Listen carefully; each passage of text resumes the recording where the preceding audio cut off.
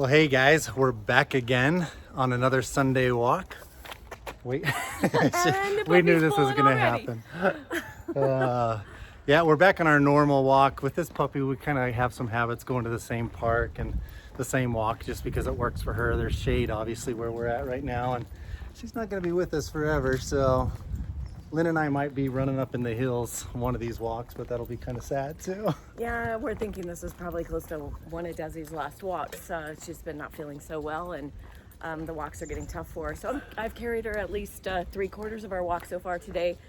And anyway, we love our baby, and she's the one that got us out here doing these walks and talking for sure. and staying together. And you know, one of the things we were just talking about was when we started this. Remember, I mean, this was kind of the walk we were on. We're headed towards Draper Park, and we're talking about how awesome things were in our life and just like our marriage in 31 years, and we're super excited.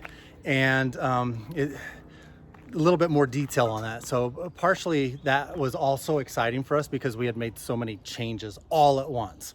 And sorry, I think we have to walk, but I guess I could just stand still. For instance, a couple of things. We work a lot. We love our work. We love helping people. There's a real connection between work and personal time for us, to where it's not like we don't get off work and then go home and do something else sometimes, because we really, really enjoy what we do. And so it can be late. We're at the office. Sometimes I'm at home. Sometimes she's at the office, and we're working late, and we have to remember to go home and to kind of shut it off. So one of the things we started doing is like, you know what, let's try and go home at 6, 7 o'clock. Let's sit down together. Let's have dinner together. Let's spend that personal time together. Let's just like purposely interject that into our life. And we were doing that, but part of also doing that was not watching TV, particularly Netflix, which can get kind of out of hand. well, and how about getting off TikTok, getting off social media, because those are all time killers, and we're not actually talking to each other and talking about the growth that we want to have, or also our goals. We're just like, I felt like kind of stagnant through the whole COVID thing, right? Just way too much screen time. So we completely locked that out. I don't know what we've talked about before, but for like almost an entire month, we had the TV on for a total of less than 2 hours. And it was really awesome because we were having good conversations. We were spending time together. We were going to bed together instead of separately, which then led into staying up all night talking, because we had gone to bed with energy, not with energy, but not like, oh, we're exhausted, let's crawl into bed. It was a little bit more purposeful. It's 9:30, 10 o'clock at night. Let's go to bed early so we can get up early. That's the key to getting up early, right? A lot of the TV shows that we're all watching have kind of a negative twist to them. I don't care what it is. There's a negative twist. It's not exciting, happy, fun stuff. And we kind of realized that too. I mean, and realized that our watching TV wasn't like we're watching TV all day or half the day. It would be we'd start watching TV at 10. When we really should be going to bed. Yes. Because that's when we got home, right? Right. So the reason I even brought that up is the last couple of weeks, I guess, I don't know, we've slipped on some of those commitments to ourselves, as far as coming home together at a decent time and eating dinner together. Also being purposeful about going to bed early so you can get up early. And so some decisions, although they make you feel really, really good, tend to be temporary if you don't constantly reevaluate them. And that's one of the things I'm doing right now, because I've noticed the last couple of weeks, some of that excitement and the hey, we're really doing things the way we want to do it, feeling in charge, have slipped a little bit. And so I want to recommit to, and maybe we all have things like this that we can think about, that we've made a decision on and it worked really good for a little while and then we didn't stick to it, and just start over. We kind of want, while we're talking through this, we're kind of hoping that you'll also look at your life and what are those things that maybe you're doing that aren't actually springing you towards your goals or where you want to be. For me, I really want to, and I've wanted this almost all my life, is to create the 4 quadrants of my life, which is obviously exercising, working, family time, spiritual time. Get those kind of more even. Everyone talks about, when I bring that up, they're like, but you've always been the same way, Lynn. You've always been work, work, work. And I realize that I do need more of the time in the mountains, time at my own home instead of always at the office or out. I'm always trying to please my clients, and so I'm pretty much 24/7 workaholic, and that's worked for great business. But is it working for mental happiness, where I feel like I'm getting a little pool time or a little outside time? Absolutely not. I'm not working on creating a better me, if that makes sense, or even for my family, being that person that they know they can depend on to be with them at the pool or at the lake. Well, and like last night we went to a very awesome wedding reception for some great people, and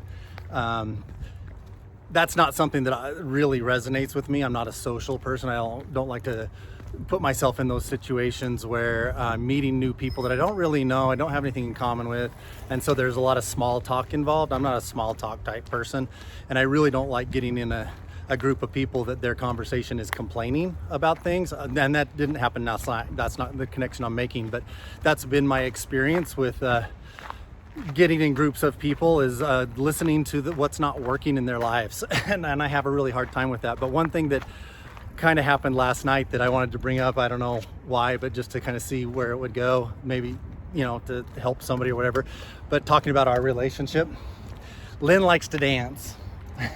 Lynn really likes to dance, really? And I'm not a dancer. I'm not a great dancer, but I like to dance. I love getting out of my head and just letting my body move to the music. So I like electronic. I like really great beats, and I guess that's my reason for loving to dance, is just getting out of my head. Well, and here's why I brought that up, is because this was a party, it was a celebration, and it was just a fantastic event. There was a lot of music, there was a lot of energy, and we left somewhat early because, probably because of me. And I told her, go without me, you know, if you want to stay till they close the place down. And she likes to people watch, and she likes to interject herself into the energy of the room or the yard or whatever's going on. And I didn't really care, so I was ready to go. And she promised me before we went that she wouldn't blame me for, you know, not what's the right word, not enjoying herself. So when we left, we literally were at the gate leaving, and one of her friends comes up and says, Lynn, come dance with me. And the music's blaring and pounding, people are hopping all over. And I'm watching my friends just shake it up and having a blast and smiling. And I'm like, really? We just got through the gate on our way to our car, and you run out here to pull her back? Anyway, long story short, we went home. So we get home, and sorry, I'm just setting up my version of the story, and then you can... This is insane, not really. So we get home, and we went through, I can't remember what neighborhood we went through, but it was like all quiet and everything. Oh, just on the way home, we went up to look at some homes, some properties, and it was really quiet. There was like no life. And then we were saying, you know what, that's what I love about our neighborhood. We have big lots. Lots of families, lots of fun couples in our neighborhood, and there's always music playing somewhere. So sure enough, when we get home, there's just the thumping and pounding of killer music and people laughing and screaming and jumping. And it could have been the country club, or it could have been somebody's house that's right by us. But at any rate, I'm like, Lynn, come sit out on the deck with me and have a drink, and let's just relax and listen to the music. And she's like, I don't like to listen to music. It makes me just want to be out there in the middle of it, jumping around and dancing and everything. So I stayed out on the deck and listened to music, and she went in the house because she was wishing she was still at the party dancing, right? Well, so I was raised up on Twin Lakes, up above Coeur d'Alene in Idaho, and I remember we were full-time lake livers, right? And most of the people that came there would come for the weekends, and I couldn't wait for the weekends because that's when all the kids would come, and I'd have fun people to play with. And I remember always listening, and I could hear people having fun and have their loud music as I sat on my dock alone. And I would always just picture being part of the fun. I was always feeling like I was missing out on something. So I wanted to have my own parties, my own fun. And that's what it does to me when I listen to people having fun, is instead of enjoying the music like Jeff does, being glad he's not around all those people, I feel like I'm missing out. I'm missing out on the fun, I'm missing out on the laughter, I'm missing out on the dancing and the exercise, and to me that's what dancing is. Hold on, let me get that. As well. But anyway, that's why I was so excited to be at the reception was because those were my people. Those were my friends, and I wanted to play and have fun with my friends because I never get that. But anyway, we left, and the party at the country club sounded so fun too. And again, I would be sitting there on the chair while everyone else is having fun. So that's the different perspectives. So my moral of the story is she should have went to the damn party without me and had fun and danced with her girlfriends and not worried about me. And I wanted to go. I wanted to go and support who invited us, and they're awesome people. But there's, just, I don't know, different personalities, and it's okay to be different. We don't have to be the same on everything. We're talking about, we talk about couples a lot, right? And we're talking about us working together. We're talking about our lives together. And we don't have to always conform on everything. But I think if you realize if it doesn't resonate. Why you feel one way or another, I think that was a really big realization for me. And I don't know if someone said it to me just lately, but at my old age, I finally figured out why listening to everyone else having fun is so hard on me. It's because I really feel like I'm missing out, and I really want to be a part of it. And yeah, that's a realization, is that I just anyway, so next time I might Uber home and leave her there or something. But speaking of couples, we may have mentioned how we're putting together a panel discussion with different couples in real estate, couples like us that both are licensed realtors that work together. And because we just put it out there, just because we started mentioning that was something we were interested in, we've met some really cool people that weren't in our life before that. One couple in particular came to our office, met with us. It was set up like a half-hour meeting, an hour meeting. We ended up hanging out for like 2 hours. Just to getting to know them and their story. And I'm kind of trying to blend together the social party and the interaction there, and then business and interaction, is we often resonate more with people that have something in common, right? Something in common with ourselves. So I don't like to dance. Lynn should hang out with her friends that likes to dance if she wants to dance. And when we're talking about the couples in real estate, the fact that we do this kind of dynamic, right? And we have to have two personalities that not only live together but work together is totally different than have a business partner that you separate from your personal life and maybe don't, cross those lines. But what amazing people. And we have another appointment tomorrow with another couple that we've known and respected for decades in this industry, and kind of excited. I'm looking forward to that, because just by opening our mouths and just by talking about doing something different and saying yes to opportunities, now we're meeting people that we do have something in common with, that we can learn from and that we can be inspired from, and we're actually putting together something that we hope inspires other people. Yep, absolutely. I think what he's trying to say is get out of your comfort zone. That's what we're doing, is we're getting out of our comfort zone. I never would have thought, hey, let's get together with some other couples that do real estate, our competitors. No, you know what? Meeting with that couple was amazing. They are owners in the company that they're with. And what I loved so much about them was they were just so willing to talk, and they love growing people like we do. They love inspiring and motivating. And he's ex-military and very disciplined, and I absolutely just loved and resonated with him. And his wife was polar opposite of him in some of the things that they do. It's really funny because he had components that were a part of Jeff and I, and she had components that were a part of Jeff and I. Components of the personality.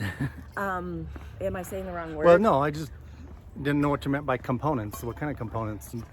Well, it's like physical components, personality components, business components, personality parts. Traits are the word.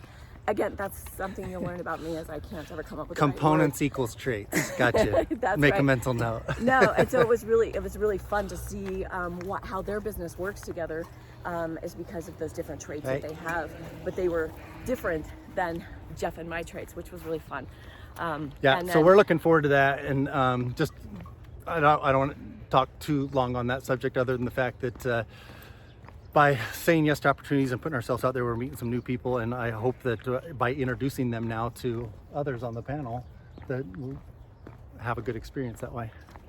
I think it will be fun. Fun for people that want to learn if they can work together, because that's what the whole thing is bringing couples together. And the reason why this is so important to us, you guys, is that during this pandemic, I have met so many people that are struggling in their marriage. So many people, and they reach out, we talk, and I think that's kind of one of those things that we're just really feeling prompted to do, is to help people come together.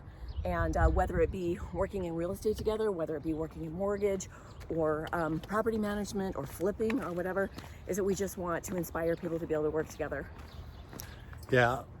On an abrupt change of subject, we got something exciting going on in our personal life right now. Yes, we do. So Sydney is pregnant. Hi, puppy. No worries. That's so The fun. beauties of the party. That's usually our dog.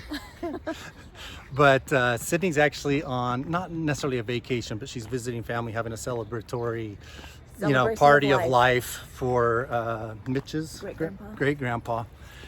And while they're there, they may have already done it. She is doing a gender reveal for our grandbaby number 4. I'm super excited. So I'm not as excited that they all get to find out before I do, but she did one of those where they take the photo from the sonogram or ultrasound or whatever, and they put it in an envelope without the couple seen, and then they open it together or whatever. So maybe this next week we get to find out think what our it's a 4th boy. grandbaby is. What do you think it Well, I is? think it's a boy. I kind of hope it's a boy because we got lots of girls, but It it doesn't doesn't matter. matter. It It doesn't doesn't matter, matter. but it would be kind of cool to have a boy because we're not used to that. But I am for a long time. predicting that this child, whether it is a boy or a girl, is going to be absolutely crazy, because that is the way our family is. You have one nice, calm, collected child, and then the next one is absolutely nuts, and teaches you how to be a patient human. Yeah, definitely, for sure. Well, I love it. I absolutely love it. I also wanted to mention a few people yesterday talked to me about my daughter Ashley, and she's actually on social media talking about her. Hold on just a sec. Dog's holding me back. Hi, how are you? Good, how are you? Good. That looks fun. I was really worried she was gonna like run out in the trail and trip them up, but She doesn't look like she even wants to walk. No, but anyway, so Ashley's really putting herself out there. She is really motivating me. She's talking about being consistent and actually doing those things that make you feel better. And she's changed up her diet. She's actually exercising every single day. And she seems super happy, which is making me happy and actually motivating me, because I can be inconsistent sometimes. Sometimes I'm just too tired to get up and work out. Then the next day I want to work out for 2 or 3 hours. So it's just my consistency. Well, is bad. it's I'm just thinking of something you said right when we were walking earlier. Is the way that we can inspire other people we don't even know about, right? And so what Lynn said was she looks at her watch and goes, "Oh my gosh, Ashley!" And I'm like, "What?" And she's like, "She just finished another workout." She is so consistent. That's what you're saying. She's like, she's on a kick. I think she's been working out every single day for quite a minute, right? She's doing beach body and she's on some routines and she's got a support group and whatnot, and it's working really good for her. But that's inspiring because we try and be healthy and we try and work out. And so when we miss one, it's just like, we shouldn't feel so guilty about it, but sometimes we do. And then somebody else, you see, damn it, they hit it again. They're consistent. And it just motivates you again. It's like, I'm going to do it tomorrow, right? Well, and she's what doing I a great love job. about what she's doing is she's actually connecting with people on a different level. Ashley has, if you don't know our oldest, she has been an athlete her entire life, 4.0 student, got her master's in accounting, and was recruited by 3 of the top firms here in Salt Lake. So she's a perfectionist.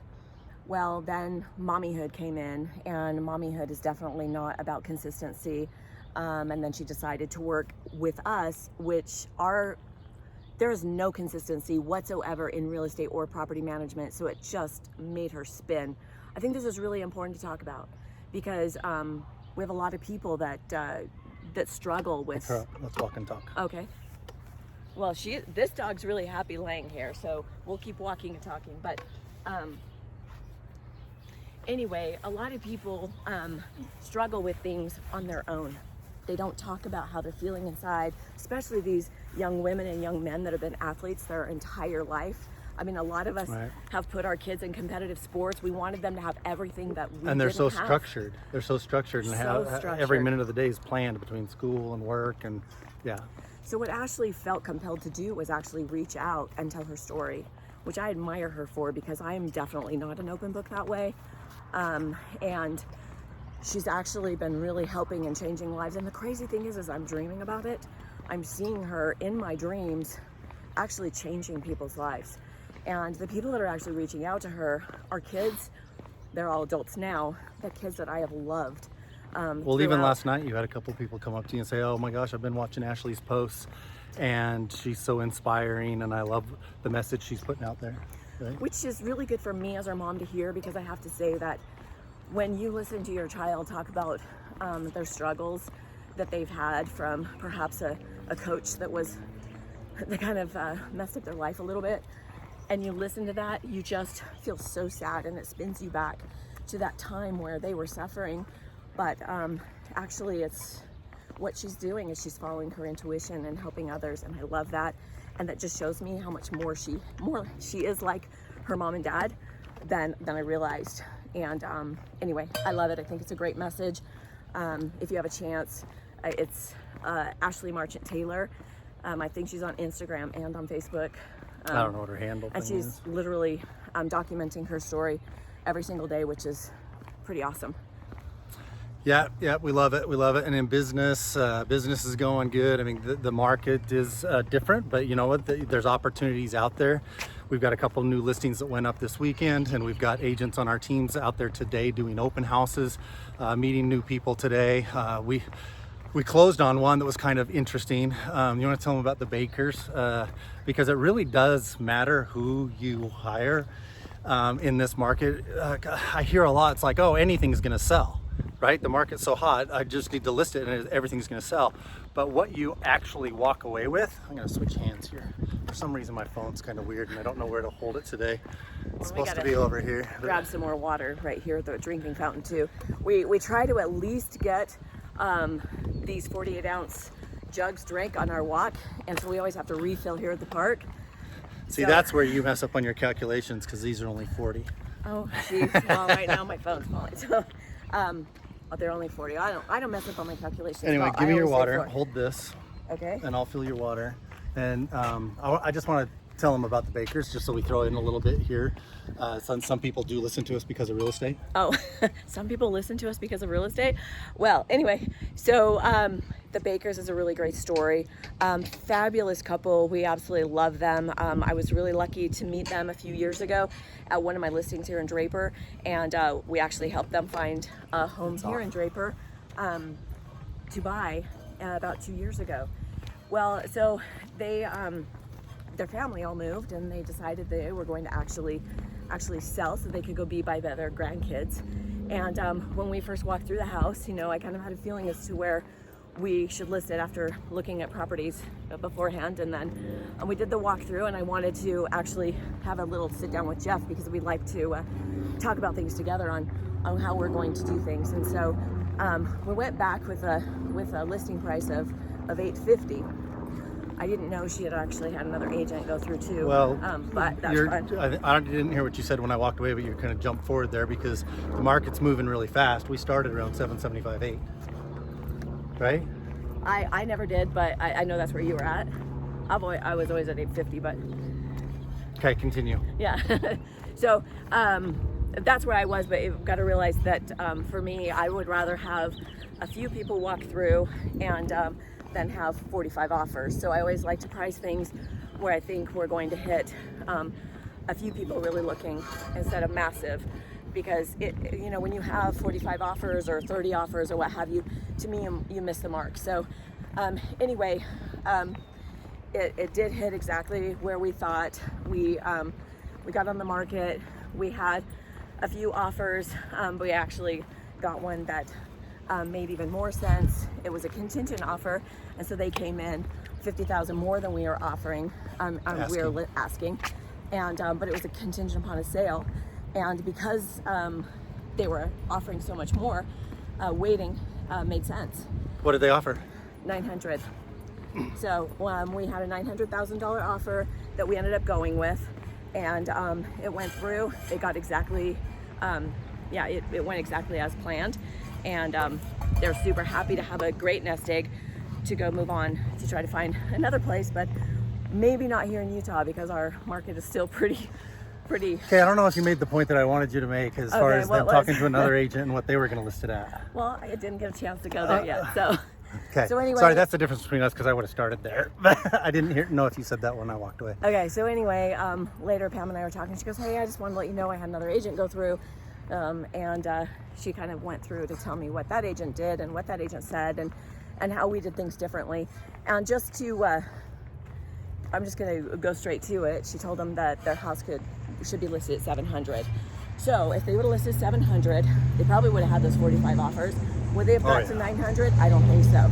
They probably would have got to 775, maybe. Maybe 8, maybe, yeah. Yeah. So, but there are a few things we did. I mean, Jeff and I paid to have a design consultation, and the bakers spent so much time and energy getting things out of their home and getting their house to look exactly the way that we wanted to. And then, of course, the picture presentations paid for pictures of the house, of their gorgeous view, and I mean, it was a collaborative effort. It didn't just happen. We didn't just go in with our iPhone and go take a bunch of pictures and then put it on the MLS. No, it was weeks of getting this house ready. So they got top dollar because of their effort as well, and listening to what we came in with. So I mean, those are total wins, right? I mean, Yep. So anyway, we love what we do, and we love looking back knowing that those extra efforts, instead of just saying, hey, yeah, let's just put it on, the market will bring out the best price. There's a lot more to it than that, and so we really enjoy our job in being strategic about making things happen on purpose instead of just relying on the conditions that are out there that people are saying, well, what else can I do? I mean, I can understand why some people without the proper knowledge wonder, why do I need an agent in this market? But you know what, when you get those offers and you get multiple offers, you still have to vet those out and see who's going to get to the closing table and make sure you're moving forward with the right offer.